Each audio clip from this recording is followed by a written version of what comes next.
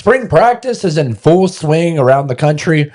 And this last week, I had the opportunity to sit down with offensive coordinator for the Navy Midshipmen, Drew Cronick, to discuss his humble beginnings using the triple option and how he expects to use it this season for the Navy Midshipmen, along with a couple of players that we need to keep an eye out on.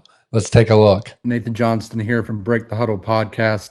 You kind of talked a lot about the offense, the wide receiver position. I want to talk about your humble roots from the state of Georgia because I'm an Atlanta boy myself. How has, coaching at Mercer, coaching at Reinhardt, obviously you're a West Georgia grad, how has that kind of shaped who you've become today as a coach and maybe some things you've learned along the way that you can apply today at Navy? Oh gosh, man, I've been a lot of places and worked for a lot of great people. I think you become a product of all the people you're around, the people that coach you, the older coaches that you work with as younger coach.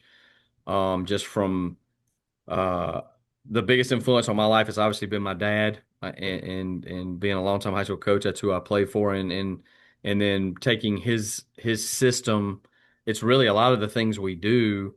We still call it the same thing that he called it. A lot of similar things with his wing T background. So he's been the most influential person on me.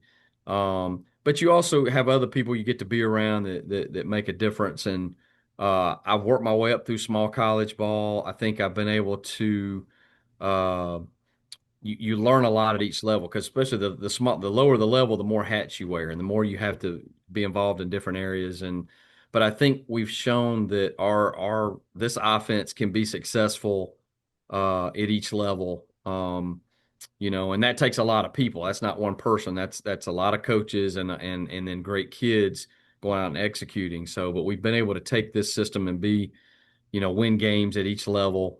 And you learn a little bit at each stop. I learned a lot at Furman, my second time around at Furman from Clay Hendricks and his background after being, because there's some things the Air Force was doing that he brought there and that helped, me add more to the wing T things we were already doing, and a few option elements. So each place we're always trying to evolve. We're always trying to get better. We're always trying to stay one step ahead. How can we add this piece to it? How can we make it better? How can we make it more versatile?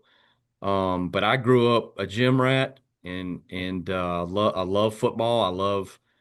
I loved playing. I loved the process. Now as a coach, I love the creative piece and the working through it and developing young men. So there's been a lot of people that I've been around that have helped me and that have shaped me. Um, and I think to be able to come here over the last 2 years and us to be able to all put our heads together, coaches from different backgrounds, and build a hybrid offense that makes sense at the Naval Academy, where we were able to open it up some, knowing that the blocking rules had changed a little bit, be a little more shotgun, throw the football a little bit more, yet still have the Navy roots of triple option under center. Uh, I'm grateful to have had this opportunity to see if we could do that, and so far so good. Being able to work with a guy like Ivan Jasper, who's one of the greatest option coaches that's ever lived. Guys that have that background here, um, the Mick Yurkitises, Tommy Lorndine has that option background. Bring Jay Guillermo with me from Mercer, bring David Cole, people from different backgrounds. Jay played at Clemson, more pro style. Um, John Williams has done a fantastic job with the tight ends, just building that room and that room being productive. There's some really good football coaches on our staff.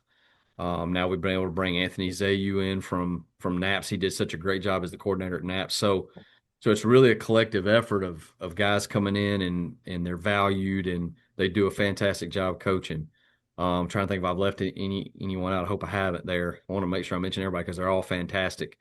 But that's been fun and been a big enjoyment for me to come here and see if we could do that. And it's been now it helps to have a Blake Horvath here and Eli Heidenreich when you walk in, Alex Teska, uh, kids that fit your vision for what you want to do. Um, and but it's been a blast, and I think it's sustainable. I really do. I think what we're doing here is I think the kids enjoy it. I think it gives us a great opportunity, and we just got to continue to work and get better. You talked about the returning starters. You mentioned Hutchinson, the offensive line, quarterback play is beginning to step up this year. Is there anyone that we need to have on our radar heading into the 2026 season that maybe we didn't get an eye on last year? Yeah, if I'm going to pick a person, it's going to be Charles Robinson.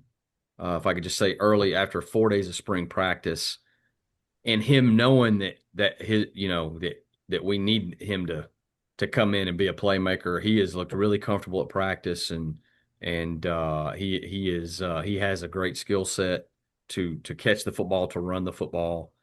He has the length we're looking for. He's put on 10 pounds of muscle. We're going to try to put another 10 pounds of muscle on him this summer.